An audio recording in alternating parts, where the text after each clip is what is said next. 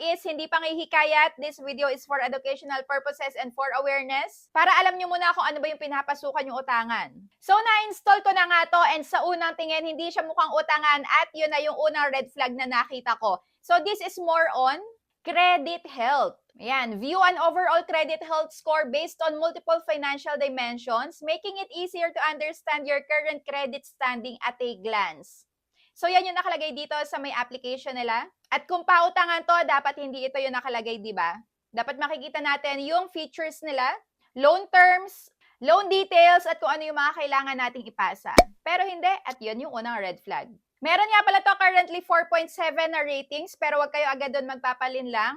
At dito nga chinek ko, isa lang yung nakalagay. At ang nakalagay pa will update once approved. Nga, yung pinaka-homepage, up to 60,000 yung pwedeng mautang. May nakalagay na Bangko Sentral ng Pilipinas at SEC.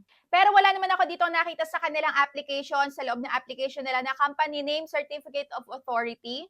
Kaya hindi ko siya ma-check sa may Securities and Exchange Commission. At pangalawang red flag na yon. At simula nga nung makita ko yung unang sasagutan, may pa-background check na ganito, parang alam ko na kung ano yung dulo na to. At hindi nga ako nagkamali. So dito nga sa may Credit Harbor, kagaya siya nung mga na-applyan ko na nung nakaraan, yung mga nagawan ko na ng review at yung pinaka-ending nito, lalabas ang Quick Pesa.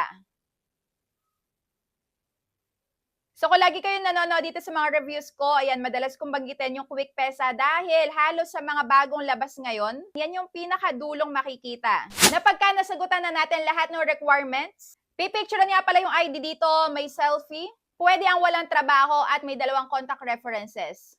And after nga masagutan, yan na yung lalabas. Credit limit has been activated.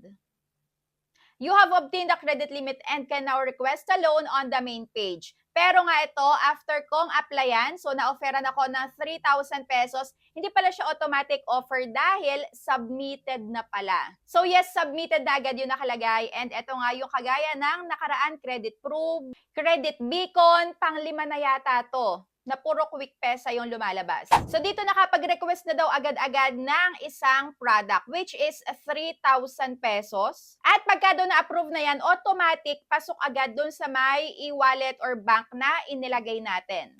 Kahit na wala pa tayo dito nakikita or inaagrehan na loan terms talaga. So wala pa dito pinapakita, yan na agad. And dito nga nagantay ako ng mga ilang minuto din, pero ang ending is rejected dahil siguro na-reject ako dito sa may mga kagaya din nila nung una, na Quick Pesa din yung lumalabas. So wala, rejected ako. At dito, hindi nga siya buong matatanggap. Nag-search ako online kung meron na ba nakapag-try nitong Credit Harbor, so wala pa naman. Pero dito sa kagaya na Credit Beacon,